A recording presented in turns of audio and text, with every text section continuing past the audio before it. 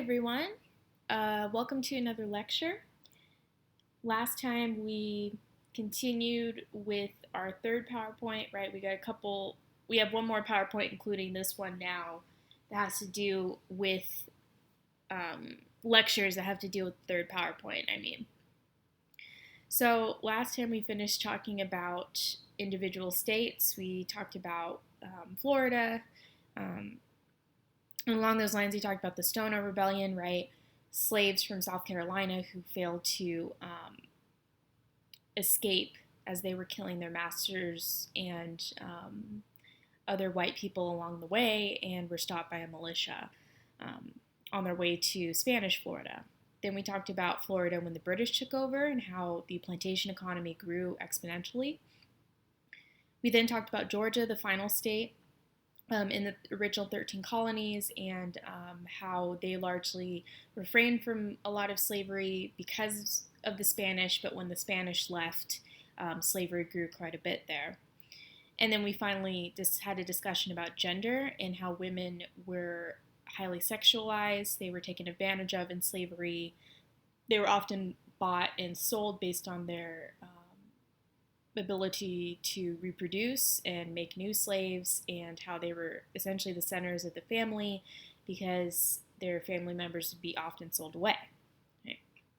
So today we are going to discuss more about generally plantation life. We'll discuss a couple presidents who had plantations and what those look like. But first I'd like to start with early abolitionism. So abolitionism is going to be a whole PowerPoint in itself later on, but it's important to discuss the first abolitionists in this country because they were the first to kind of look at this institution and try to advocate for it to go away, right? They recognized that slavery was bad. So one of the first instances of outspokenness against the slave trade occurred during 1688 when 4 German Quakers from Germantown outside of Philadelphia wrote a petition condemning slavery to their English neighbors.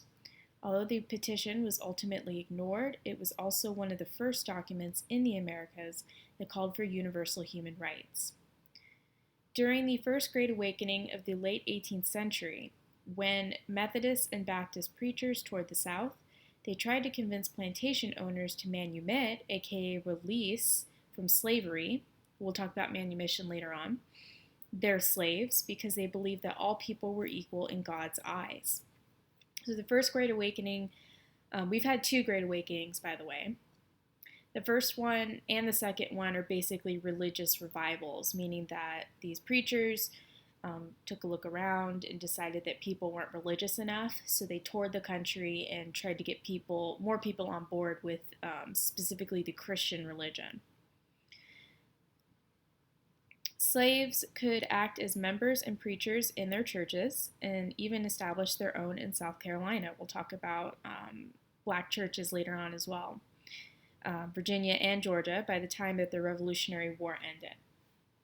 Okay, so German Quakers, right? The Quakers are a notorious denomination for being a little bit more liberal thinking and some of the biggest proponents of abolitionism. And you had the Great Awakening that encouraged a lot of people to take a second look at slavery, which many believed was against the Christian teachings. And here you can see some slaves dancing and praying outside of a door. Probably there's a preacher and it's impromptu religious service. So early plantation life. So we're going to obviously talk about plantations throughout the course of this class, but stopping to cover them over time is good too. Slave labor allowed a new class of wealth to form in the Americas called the planter class. Families who had the money or credit to buy the most slaves would also produce the most rice, tobacco, and indigo, which made them the wealthiest in the colonies. And this picture is of a wealthy planter and his female slave in the background. As such, small farm owners who only had one or two slaves often had to give up their land and move out west, as they could not compete with the large plantation owners. It's like small farms today versus large corporate farms, right? There's a huge difference between the two, and often small farmers are run out of business by big corporate farms, right? Same thing. Although the planter class only made up a small portion of the colonial population, they were able to obtain control of the economic and political power in the South. So they're the ones who really shaped the South, right? The South, what's interesting about that particular area, and we'll talk about it leading up to the Civil War, is that even though they accumulated a great amount of wealth from slavery, right? Because if you have free labor and all this land that you're farming, you're going to get rich. But they would become too dependent on this plantation economy, right? This would shape the whole Southern culture, right? You wouldn't have the South without their plantations, slaves to do everything for them. It just really shaped the Southern way of life. Specifically, on Southern plantations, slaves would work in the fields in groups of 20 to 25 people, watched carefully by their overseers, who were in charge of keeping them in line. Slaves lived in one-room cabins, with sleeping cots being their only furniture. An example of a week's worth of food was a pound of pork and a quarter bushel of corn. Okay, so they had rations. You only got like a couple outfits a year, things like that, right? The master, this was a business. Okay, you got to remember that they thought of it this way, even though it seems pretty messed up to the rest of us. This was a business, right? In business, many choose to cut their costs, right? They don't pay their employees in this case. They cut their costs in any way they can, aka rationing their food, giving them, not very good places to live, not giving them enough outfits to wear throughout the year, things like that. So if you take a look at video A, this video has more information on what plantation life was like back then.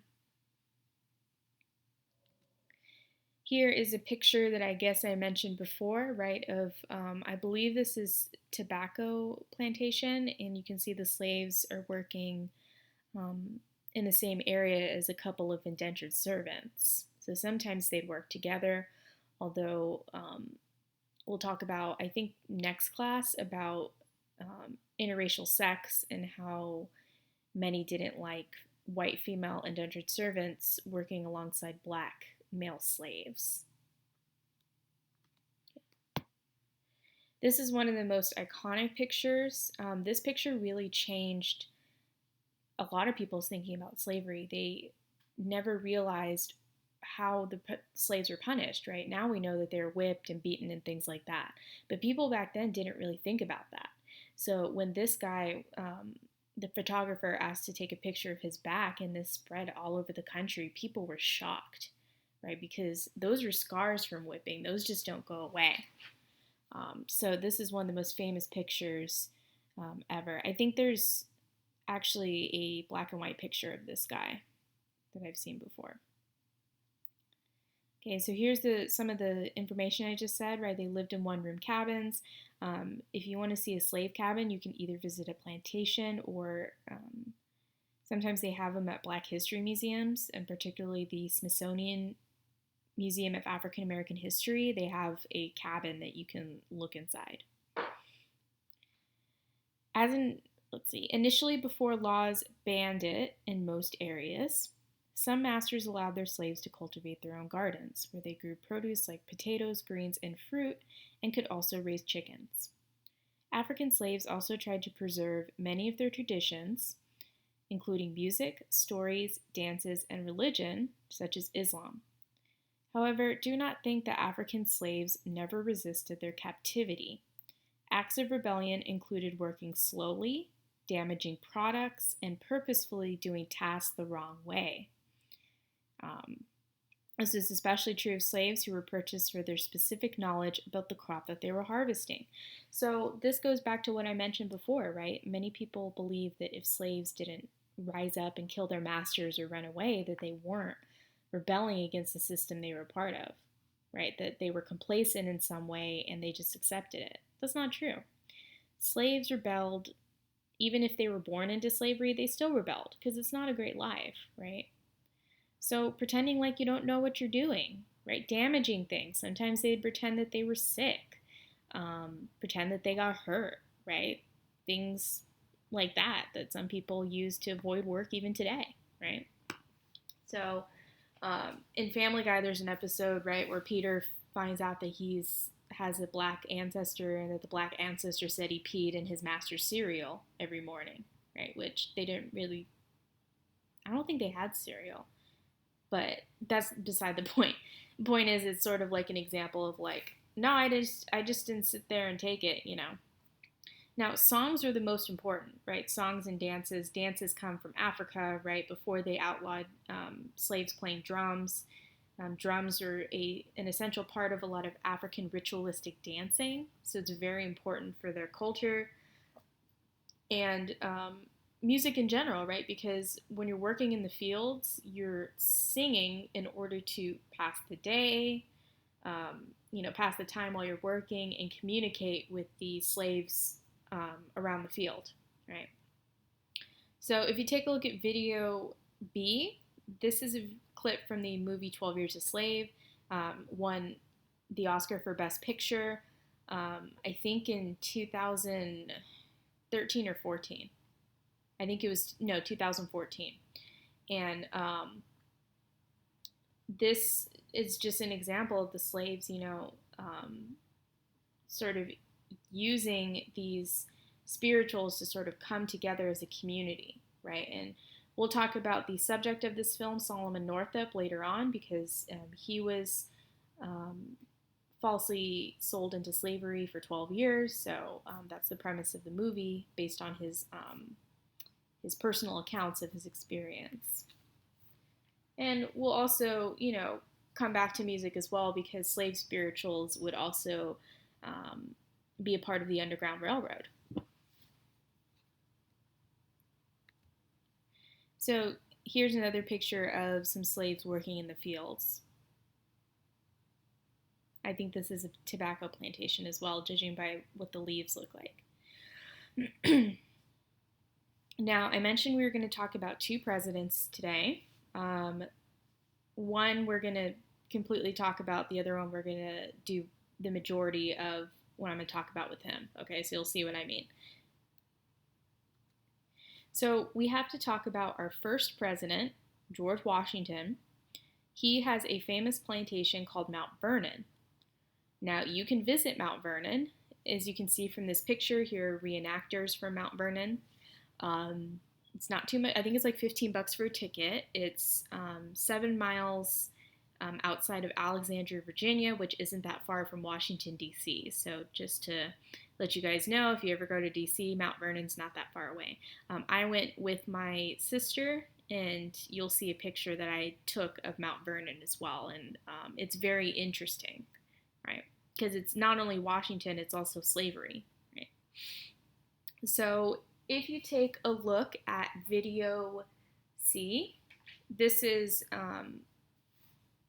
this basically explains what's. Oops, sorry about that. I got a phone call. Okay. So, anyways, yeah, this video is about slave life in Mount Vernon, how they were treated, things like that, right? And we'll talk about now how George Washington was as a slave owner.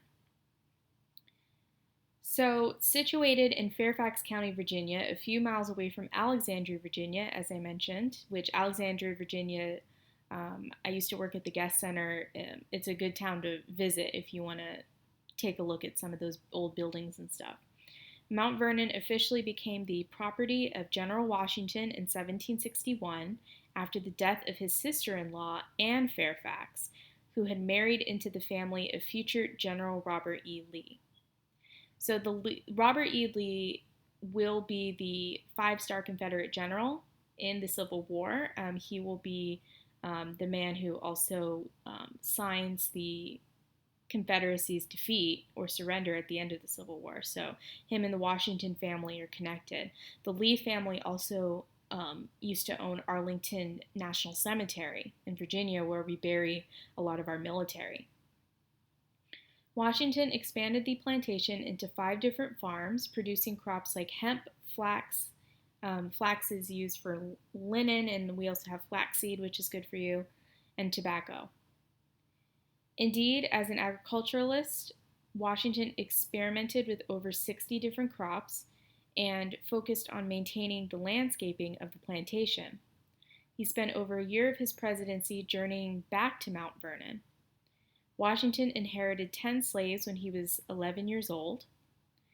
By the time of his death, that number grew to around 317 slaves, with 123 owned by him, 40 leased from his neighbor. So you could lease slaves, meaning that the neighbor owned them, but you paid the neighbor if you needed extra slaves for harvest and stuff, right? And 153 dower slaves, meaning that his wife, Martha Washington, whose first husband died, she inherited those slaves from her first husband. So you can inherit slaves from your relatives. That's how they stayed in the family. Okay.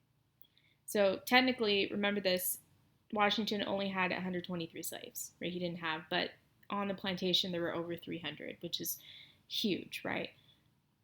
Some slave owners would be lucky to own 10 slaves. This just showed you how wealthy he was. Slaves worked from dawn until dusk until they were injured or ill and could be whipped for running away or making mistakes. Washington did not accept any excuses for why his slaves couldn't work, including those who were old, pregnant, or crippled. So he very much ran it like the military guy he is, right? He's like, I don't want any excuses. You're going to do the work. If you can't do it correctly, I don't need you. He would ship disobedient slaves to the West Indies, although Washington would express his uncertainty about slavery his entire life. So that's something we're going to get into too, right? The dichotomy of being a president, especially a president who fought for freedom and liberty during the American Revolution, and yet you're enslaving all these people. By 1778, he stopped selling slaves as he did not want to break up their families. This slight change of attitude may have been due to the new rhetoric of the Revolutionary War. Again, this idea of liberty and justice and all this stuff, right? He's like, how can I split up families when I believe that? He grew angry when some of his slaves ran away to enemy lines during the war, although the British refused to return them afterwards. So that happened quite a lot. During the Revolutionary War, which we'll talk about, a lot of slaves used the opportunity to run to the British side because the British told them, if you join our side, we will guarantee your freedom and we'll ship you elsewhere. And they did. And we'll talk about that too. This is what the slave quarters look like in Mount Vernon. So they're basically built like military barracks, again, because General Washington was a career military man, so he sort of ran a tight ship, basically. And here, the inside of one of them, you can go take a look at these when you visit Mount Vernon. You sort of have bunks. There's also a virtual tour of Mount Vernon. If you Google it, you can look at the plantation and all the stuff from there. If you don't feel like you're going to visit in the future, if you want to see it before you visit, just Google Mount Vernon virtual tour and you can take a look at it, right? Because when you go to the plantation, you can't take pictures inside the main house. So that's what sucks. It's beautiful.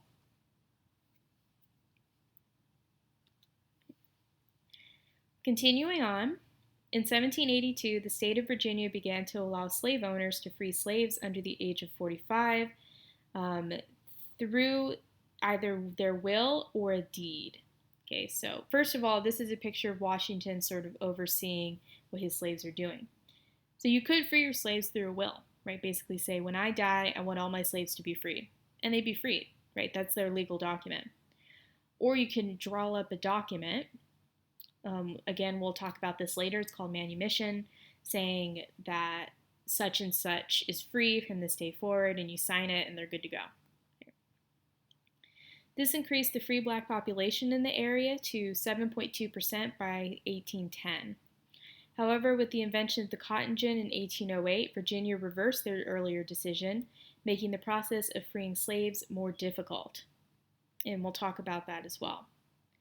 In 1786, Washington wrote to a friend, "I never mean to possess another slave by purchase, it being among my first wishes to see some plan adopted by which slavery in this country may be abolished by slow, sure, and imperceptible degrees." So it's interesting to think about Washington. The next president we're going to cover is because they, again, like they're the president. They're the president of the United States even.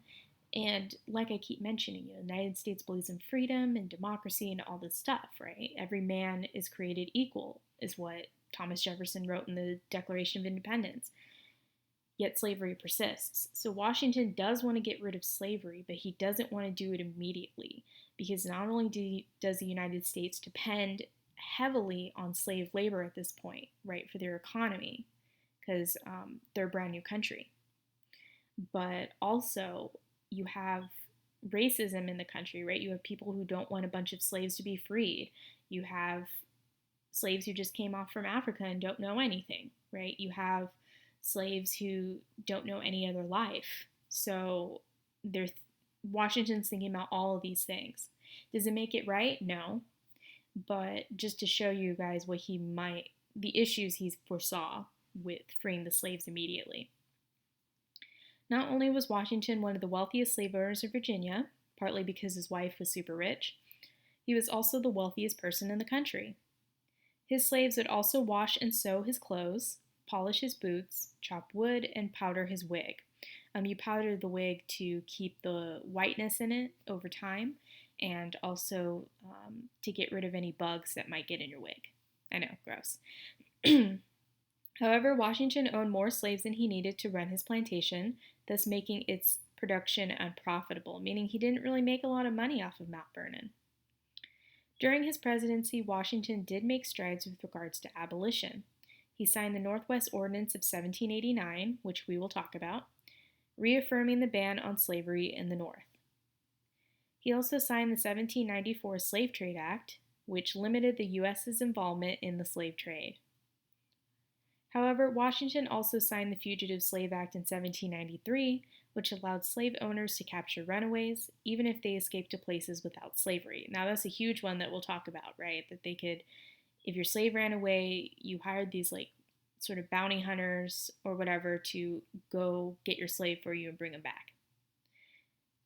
In 1798, Washington justified slavery by saying that, "Till the mind of the slave has been educated to perceive what are the obligations of a state of freedom, and not confound a man's with the brute's, the gift would ensure its abuse." So basically, it's what I just talked about, right? The idea that they weren't sure if slaves could adapt to American life, and thus they didn't necessarily want to free them. Upon his death in 1799 and the death of his wife Martha, Washington was able to free 123 of the 317 slaves at Mount Vernon through his will, although the others would be passed down to Martha's grandchildren. So any slaves that he personally owned, he made sure they were free when he died. Elderly slaves who were not able to work would be supported by his estate, meaning they would be given money from his will, and children with neither families nor education would receive one until they were released at age 25. So these things don't really release you immediately, right? We'll talk about later on gradual emancipation and the fact that states had quotas, right? They would free women at 21 and men at 25 or 28, so they could make sure that your master got a good amount of work out of you before they freed you, right? Again, not the best. This is what Mount Vernon looked like back in Washington's day. This is the back part of the estate where you can go when you visit as well, and it overlooks the Potomac River. The Potomac River is huge, and it has a lot of fish, right? Which Washington, the slaves often, lived off of, basically, and the slaves would get rations of fish and stuff. There's all kinds of cooking secrets, right? Normally in class, I would point you guys towards a video or a channel called Townsend's. It's Townsend's, right? Look it up. So Towns and Hens, right? I'm trying to like spell it correctly for all of you. But basically, it's this guy who focuses on 18th century cooking. So around Washington's time, and he did a series of videos at Mount Vernon showing how they cook stuff. So if you're interested, take a look. And here's a picture I took of Mount Vernon today. So this is the front of the house. Remember, it's a huge estate. Washington had like a huge kitchen. He had a place where they salted food. He had a blacksmith on the plantation. And we'll talk about how plantations essentially tried to become mini cities, right? Because the cities were often far away from them. So they tried to make sure that they could self-sustain the plantation by having all kinds of things they could do on the plantation, right? Like if you needed clothes, you had like a place where you could sew them. If you needed weapons, you had a blacksmith, things like that. So the final president that we're going to start talking about today and continue with next time is our third president, Thomas Jefferson. As you know, he's also the author of the Declaration of Independence, which makes this super ironic, right? Because as I mentioned, he wrote the phrase, all men were created equal. So Thomas Jefferson's plantation is named Monticello. You can visit Monticello as well, although I haven't visited yet. This is what it looked like back in the day and still looks like today. He was very into European-style architecture, so he largely based this house on that. If you take a look at video D, the final video today, this is an exploration on Thomas Jefferson as a slave owner. And there are many of his descendants today who still discuss Monticello and who Thomas Jefferson was. Although his father, a prominent planter, died when he was 14, Jefferson inherited 5,000 acres of land in Virginia, 52 slaves, livestock, and a well-known library at the age of 21. 5,000 acres of land is a crazy amount, right? Maybe when you, like some of you guys have like a farm or an estate or not an estate. No one has estates anymore. I mean, unless you live in, Europe or very, well-to-do neighborhood. Maybe some of your parents own like an acre or two of land. Can you imagine 5,000 acres? That's crazy.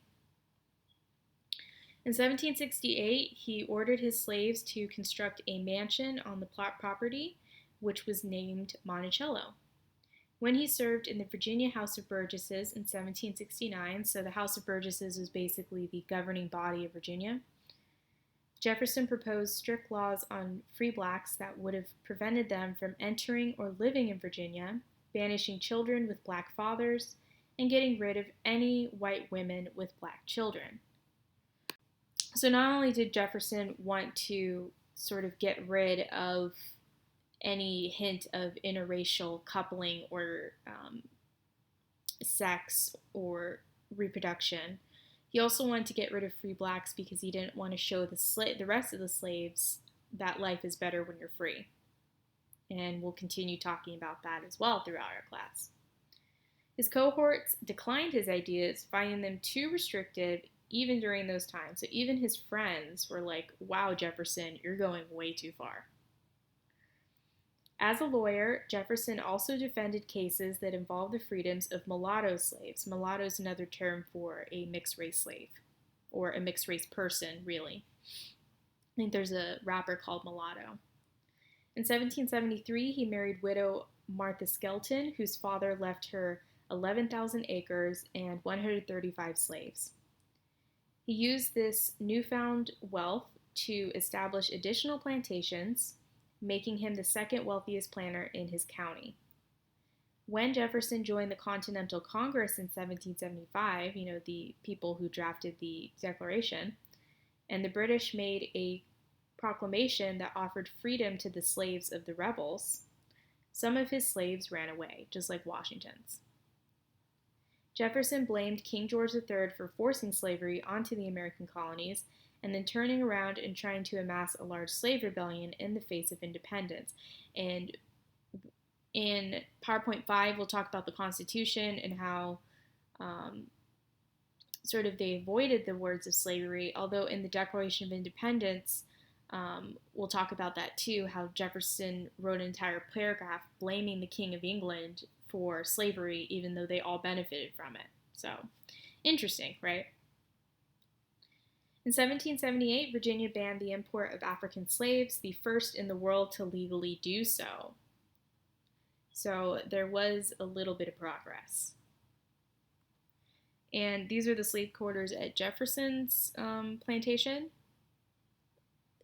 Sort of like military barracks too. Maybe that's the most efficient way to do it.